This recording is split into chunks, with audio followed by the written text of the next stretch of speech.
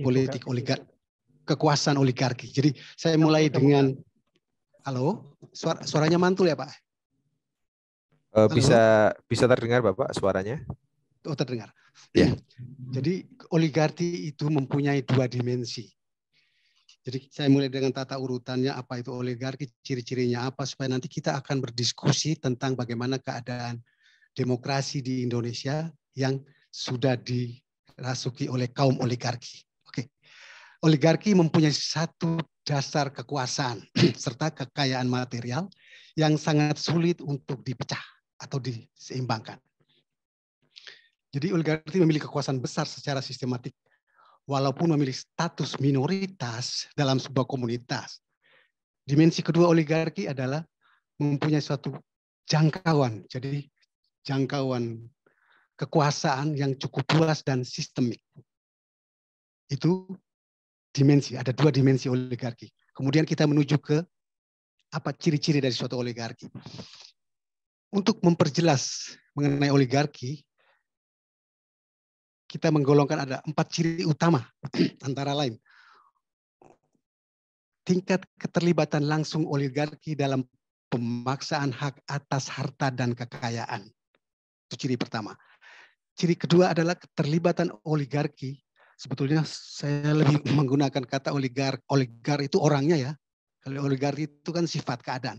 Oke, kita sepakat aja. Keterlibatan oligark atau kekuasaan pemerintah atau pemerintahan itu ciri yang kedua. Jadi keterlibatan dalam kekuasaan dan pemerintahan. Dan ciri yang ketiga adalah sifat keterlibatan dalam memaksa apakah kolektif ataukah terpecah.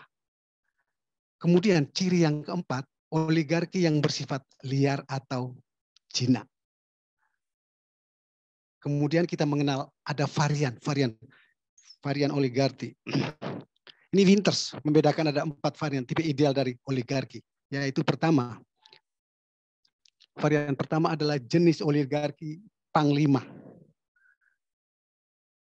Ini oligarki yang muncul kekuasaan yang memaksa atau dengan kekerasan secara langsung. Oligarki panglima ini mempunyai tentara sehingga senjata untuk merebut sumber daya kekayaan dilakukan dengan menaklukkan satu panglima dengan panglima lain. Akibatnya ancaman yang paling dominan terjadi pada klaim harta daripada pendapatan. Oligarki panglima ini pernah terjadi pada masa prasejarah, misalnya di Eropa. Kemudian yang kedua, varian yang kedua adalah oligarki penguasa kolektif. Oligarki penguasa kolektif mempunyai kekuasaan serta berkuasa dengan cara kolektif melalui lembaga yang memiliki aturan atau norma. Dalam oligarki ini, para penguasa akan saling bekerja sama dalam mempertahankan kekayaannya dengan cara memerintah suatu komunitas. Oligarki penguasa kolektif bisa ditemukan pada komisi mafia, pemerintahan Yunani Roma pada zaman dulu, dan praktek politik pada masa Presiden Soeharto. Kemudian varian ketiga adalah oligarki sultanistik. Oligarki yang terjadi ketika monopoli sarana pemaksaan terletak pada satu tangan oligark. Terdapat satu hubungan dengan oligarki yang berkuasa. Oligarki sultanistik memberi wewenang dan juga kekerasan pada penguasa utama saja. Sedang para oligarki yang lain hanya menggantungkan pertahanan kekayaan serta harta mereka pada oligarki utama atau tunggal. Hal ini pernah terjadi di Indonesia pada pimpinan Pak Harto. Kemudian varian yang keempat adalah oligarki sipil. Ini sepenuhnya tidak bersenjata, tidak berkuasa langsung. Oligark hanya menyerahkan kekuasaannya kepada suatu lembaga non-pribadi dan juga lembaga yang mempunyai hukum lebih kuat. Sehingga oligarki hanya fokus mempertahankan pendapatan dengan cara mengelak dari jangkauan negara dalam meredistribusi kekayaannya. Oligarki sipil ini tidak selalu bersifat demokratis, serta tidak selalu melibatkan pemilu.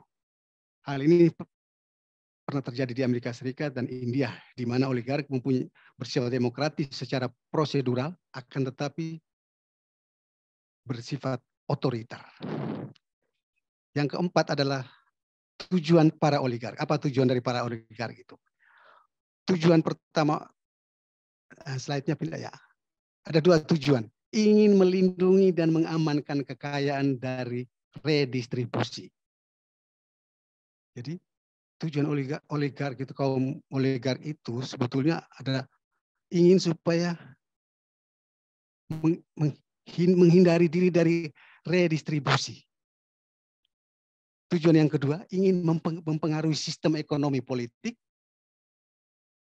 pemerintah dan dekat dengan pemerintah yang berkuasa untuk menghindari kesulitan dalam menjalankan bisnisnya. Itu ada dua tujuan oligark. Kemudian, jadi ingin mempengaruhi sistem politik pemerintah. Para oligark ini bisa menguasai dan membiayai partai politik, media massa, think tank, ormas atau lembaga keagamaan dan lain-lain. Secara makro, para oligark mendukung dan mengangkat figur yang pro-oligark. Jadi, uang merupakan kapasitas untuk mengarahkan dan mendistorsikan politik. Dan kapasitas tersebut dapat dipakai dalam sistem demokrasi. Kemudian kita berlanjut kepada strategi oligarki. Oligarki mempunyai dua strategi untuk mencapai tujuannya. Mereka mencoba membantu semaksimal mungkin figur politik yang pro-oligark, juga membantu sedikit orang yang ya setuju-setuju sajalah, supaya risikonya rendah nantinya. Strategi yang kedua, ada fenomena yang lebih dahsyat lagi, di mana kadang-kadang seorang oligark atau sekelompok kecil oligark cukup kaya untuk launching partai sendiri dan membiayai kampanye, bahkan bisa bertanding untuk menjadi presiden. Ini pengalaman sudah mulai ada gejala-gejala nih di Indonesia seperti ini. Atau keluarga yang super kaya. Dan partai oligark punya pengaruh yang tidak langsung, namun cukup penting. Memang politik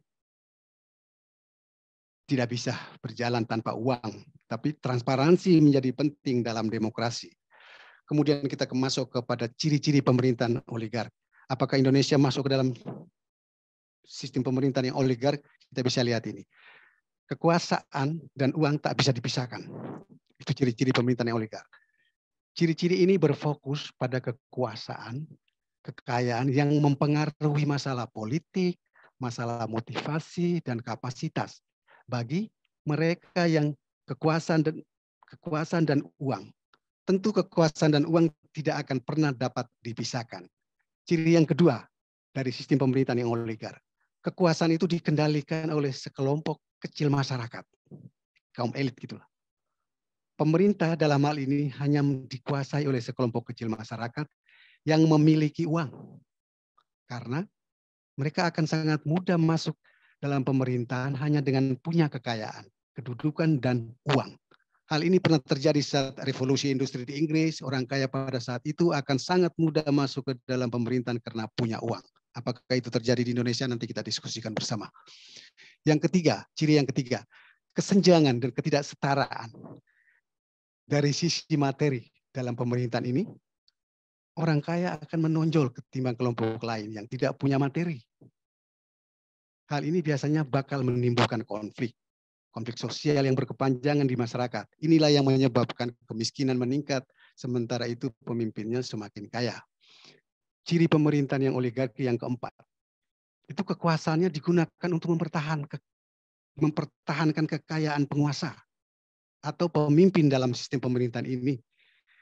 Banyak memikirkan atau mempertahankan kekayaan. Hal ini disebabkan sistem ini menganut siapa yang punya uang, dialah yang akan berkuasa. Sehingga mempertahankan kekayaan wajib hukumnya agar tetap berkuasa.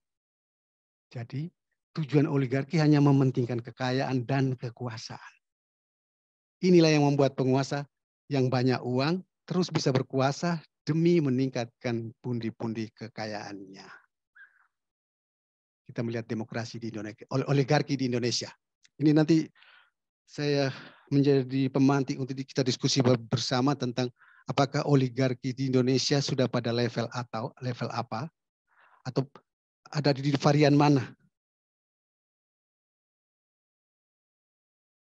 Oligarki di Indonesia seperti diketahui, sistem pemerintahan di Indonesia menganut sistem demokrasi. Namun, sistem demokrasi yang dianut oleh negara Indonesia mempunyai tujuan untuk memeratakan kekuasaan serta ekonomi. Demokrasi di Indonesia ternyata dikuasai oleh kelompok oligarki. Akibatnya, sistem demokrasi semakin jauh dari cita-cita serta tujuan untuk memakmurkan rakyat. Oligarki sudah ada sejak masa Orde Baru. Di bawah pimpinan Pak Harto. Yang semula oligarki sultanistik menjadi oligarki penguasa kolektif. Dan seterusnya berlanjut hingga saat ini sebagai kekuasaan oligarki kontemporer. Maksudnya variannya tetap oligarki kolektif, tetapi dengan varian yang baru yang disesuaikan dengan keadaan politik, sistem politik di Indonesia. Nanti kita diskusikan bersama. Dilanjut, Pak. Mohon izin, Bapak Dr. Frederick, waktunya sudah habis. Oke. Bisa disampaikan sedikit lagi ya, Bapak ya? Ya, itu tinggal pada kesimpulan ya. Ya. Politik memang tidak kesimpulannya. Saya membuat beberapa kesimpulan bahwa politik memang tidak bisa berjalan tanpa uang, tapi transparansi menjadi penting dalam demokrasi. Indonesia adalah negara demokratis, sekaligus adalah negara yang oligarki. Dua sistem ini berjalan bersama, saling berinteraksi. Jadi belum tentu demokrasi naik akan belum tentu demokrasi naik, oligarki akan menurun. Yang ketiga, coba digedekan itu konsentrasi uang adalah basis dari oligarki. Sedangkan sistem demokrasi basisnya adalah hukum dan kebebasan bersuara. Yang keempat, di Indonesia oligarki punya peranan yang sangat besar dalam menentukan siapa yang bisa dipilih. Lalu rakyat disuruh memilih setelah didukung oleh oligark. Jadi oligark save the choice dan rakyat baru get to choice. Demikian secara singkat apa yang saya mau katakan untuk memantik diskusi kita dengan materi-materi yang sudah diberikan oleh bapak-bapak yang baru lalu. Terima kasih. Wassalamualaikum warahmatullahi wabarakatuh.